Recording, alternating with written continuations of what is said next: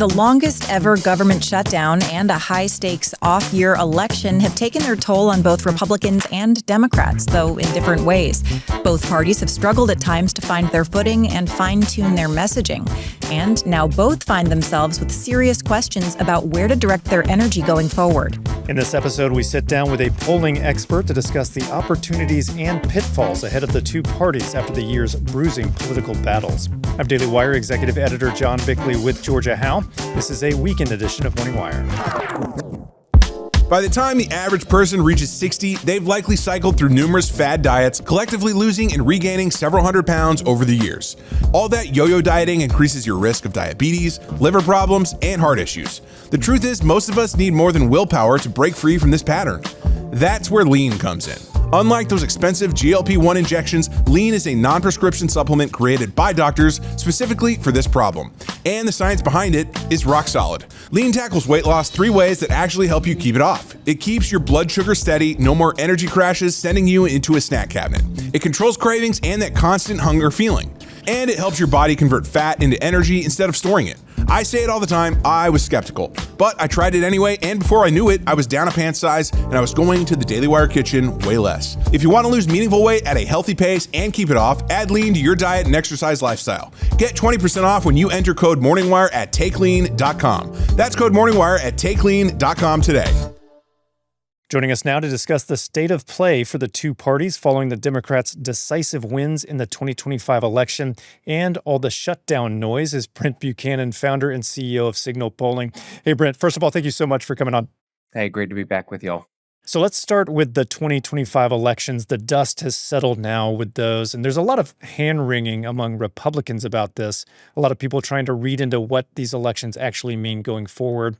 But others are cautious about this. They say the doom and gloom might be overblown. These elections took place in Democrat strongholds, after all. What is your take? How important, how significant were these elections? What did they actually tell us?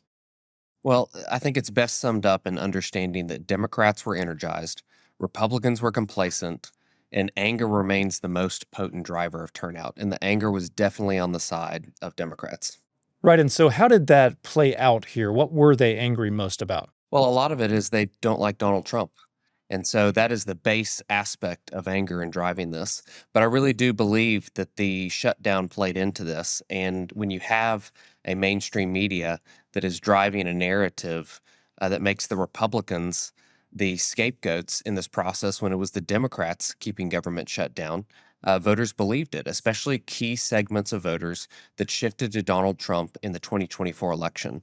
That ticked off young, diverse working class that we had talked about with y'all during the election last cycle, non-college educated females, urban voters, all these segments that drove a lot of the shift towards Donald Trump were consuming the mainstream media narrative around the shutdown and making them angry at Republicans. And so most of the vote that occurred in this November election was against Donald Trump, not for the Democrats. Yeah, we actually looked at a study by MRC that 87% of the coverage by the big three networks favored Democrats in terms of how they covered the shutdown, completely dishonest in terms of what was actually happening on the ground there.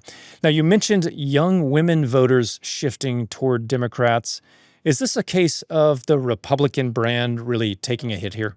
Well, we just came out of the field with our monthly national survey, and right now both Republicans and Democrats are equally viewed underwater by voters. So this is not necessarily the fact that Republicans have fallen off a cliff and people are looking at Democrats. I mean, just think of that meme of, the guy turning to look back at the woman in the red dress.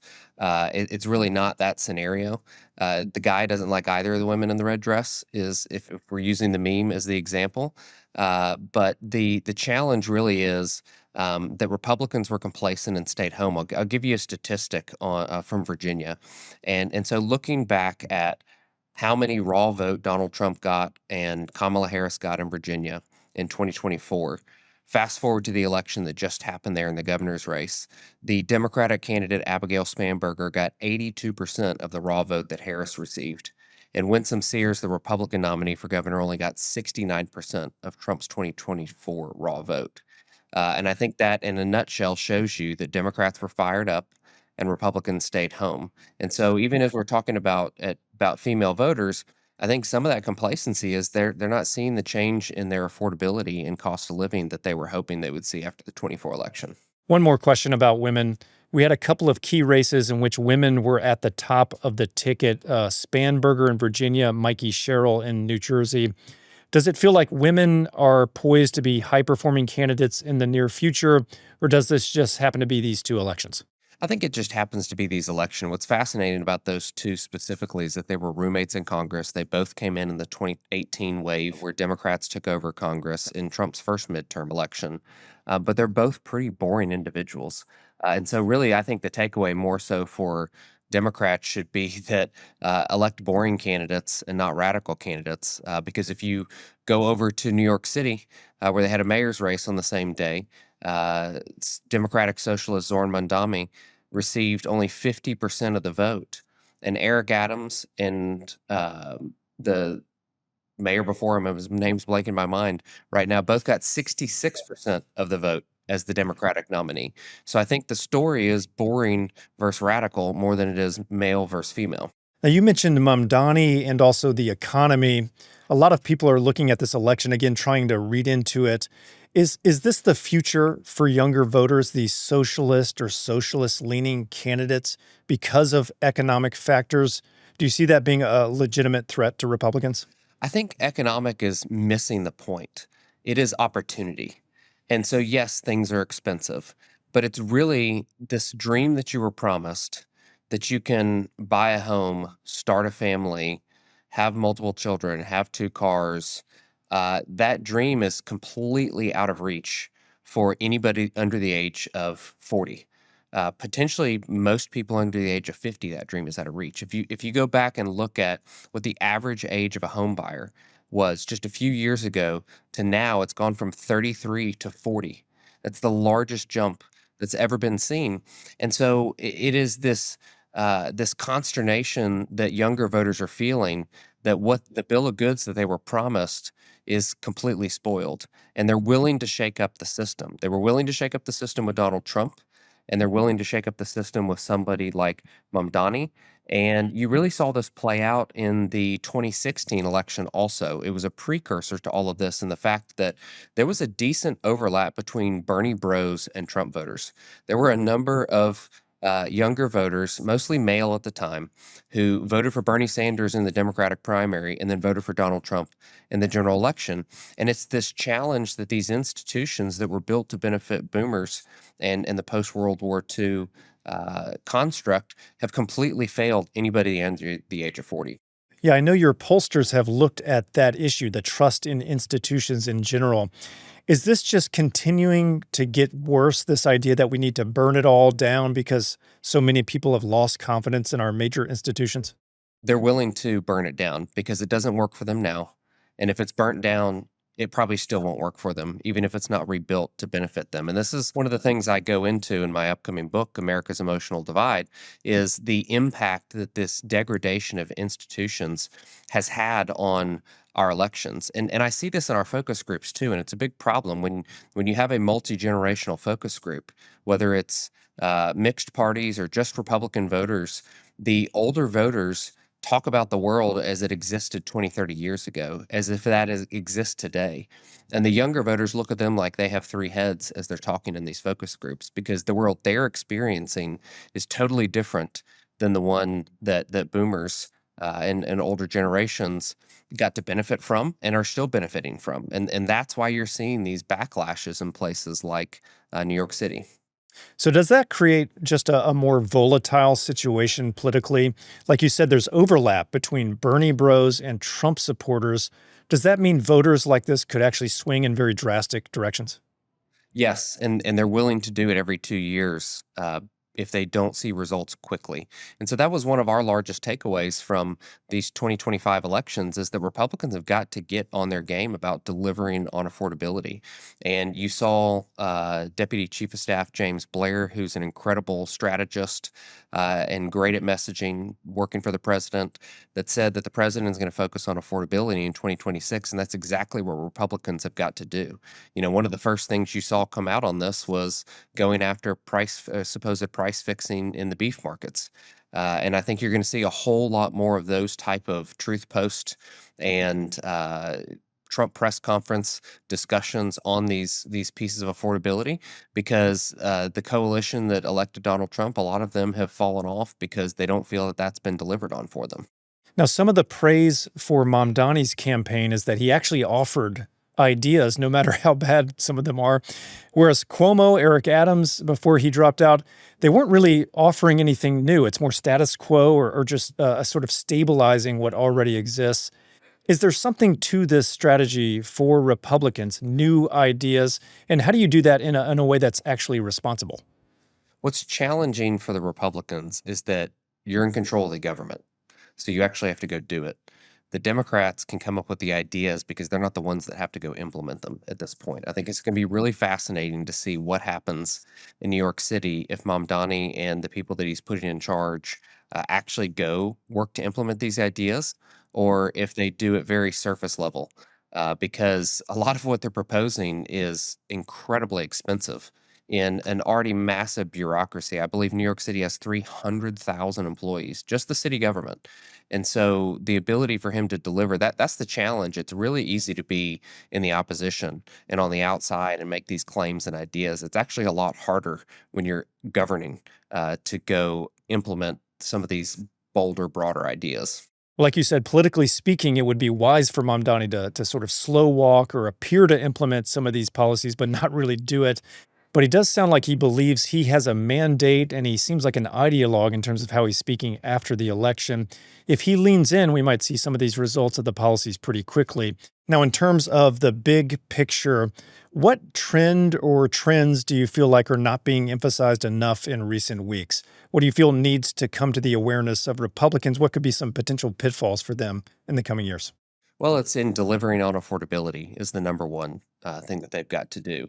They have an opportunity to bring in immigration narrative to that because a lot of the reason that the prices of housing and the prices of food and other things are just simple supply and demand economics in the sense that when you bring in a whole lot of demand and you don't increase the supply, you increase the cost. And teaching basic economic narratives along with the immigration problem that continues having to be fixed. We saw this in our October survey where voters who had been trending towards Republicans were actually doing so, where we were seeing in their open-ended verbatim responses that they were saying that they really appreciated the crackdowns on immigration and getting rid of folks, and they were for the deportations because they saw the economic benefit of doing so to them. And I think that's one good opportunity for Republicans.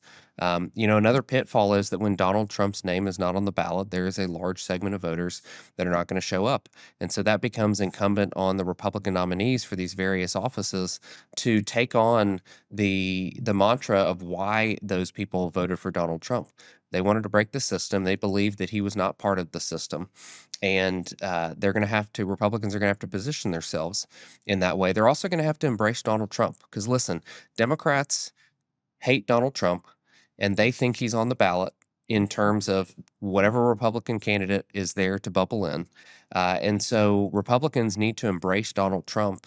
Republican candidates need to embrace Donald Trump. Because if not, they're going to be seen as being disloyal to him. And this segment of voters, as I was mentioning in Virginia, where the Republican nominee performed so poorly in vote share compared to Donald Trump, uh, you know, the, that is just a challenge that these people are going to stay home. And I hear Republican consultants say, well, don't make it about Donald Trump because then it'll fire up the Democrats. Well, listen, the Democrats are already fired up. We need to fire up our folks too, because anger is the largest emotion that exists to create turnout. And if we don't find a way to make our folks angry, and I think the Mamdani situation gives us that opportunity, not for attacking him as a person, but explaining to voters what his policies are. We asked a question in our November survey that will be coming out shortly, and we just listed out three of his policies, three of his socialist policies, and then asked, do you believe that this makes Democrats more radical, less radical, or about the same? And 55% of midterm voters say that makes them believe Democrats are more radical. And Republicans win elections when voters believe that the Democrats are more radical and extreme than the Republicans. And that's the narrative that has to be created. There's been a lot of political hay made of the anti-woke movement. Do you think that still has legs for Republicans? You're mentioning the radical nature of somebody like Mamdani. Can that work, or has that already lost some of its luster? Well, I write about this in the book where I believe the culture wars helped push it over the edge for Donald Trump. But that was only because he was also speaking to the economic aspects.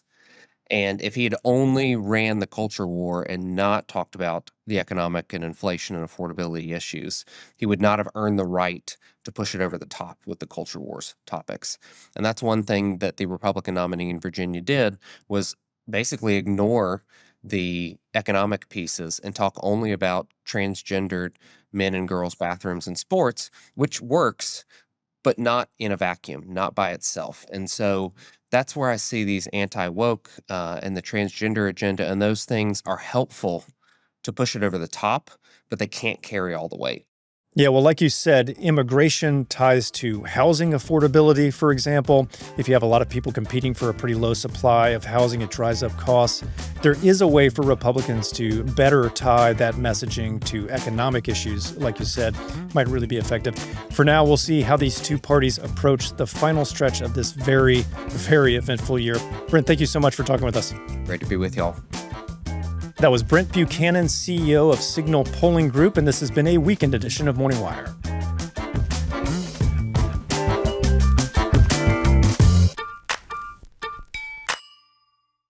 There are now fewer than 2,000 Daily Wire lifetime memberships remaining. Turns out having all access benefits for life with no renewals is something everyone wants. If you still want one, here are your options. You could buy one while they're still available. Or you could win ours. That's right. We have our very own lifetime membership we're going to give away, and it's really easy to enter your name to win. All you got to do is download the free Daily Wire app in the App Store, open it, and tap follow under our picture. That's it. You're entered. And who knows, we could be calling you to give you our personal lifetime membership. Before any of that happens, you need to download the Daily Wire Plus app and follow us inside it now to enter to win. Good luck.